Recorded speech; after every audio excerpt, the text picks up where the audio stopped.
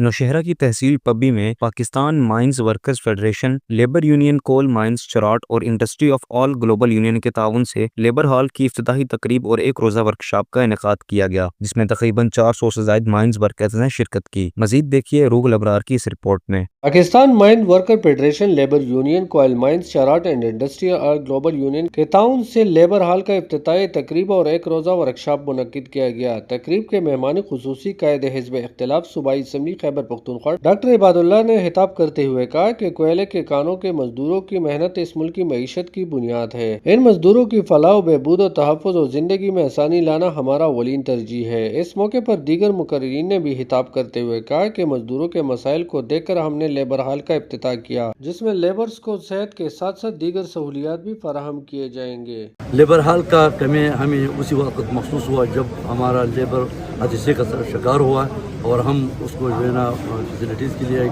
کوئی اسپتال چکر لگاتا ہے، کبھی مردخانہ لے جاتا ہے، تو اسی لیے ہم نے یہ سوچا کہ ہم اپنے لیبر کے لیے ایک لیبر ہال تعمیر کیا جائیں گے۔ اس میں اس کے رہائشی پلاٹ بھی ہوں گے اور ان کا جو آمدن آئے گا ہمارا وہ ڈسیبل معذور پر خرچ ہوں گے جو شانگلہ اور ملکن ڈویژن میں معذور ہو چکے ہیں کولی کے کانوں میں، تو ہم انشاءاللہ تعالیٰ ان کا وہ انکم جو ہے اس میں مزدور پر خرچ کریں گے۔ پروگرام کے آخر میں گیس ڈیٹیکٹر اور دیگر جدید آلات کوئلے مائنز کے مزدوروں کو دیے۔ اس ورکشاپ میں سوات، شانگلہ، نوشہرہ، خیبر پختونخوا کے مختلف علاقوں سے لوگوں نے کثیر تعداد میں شرکت کی۔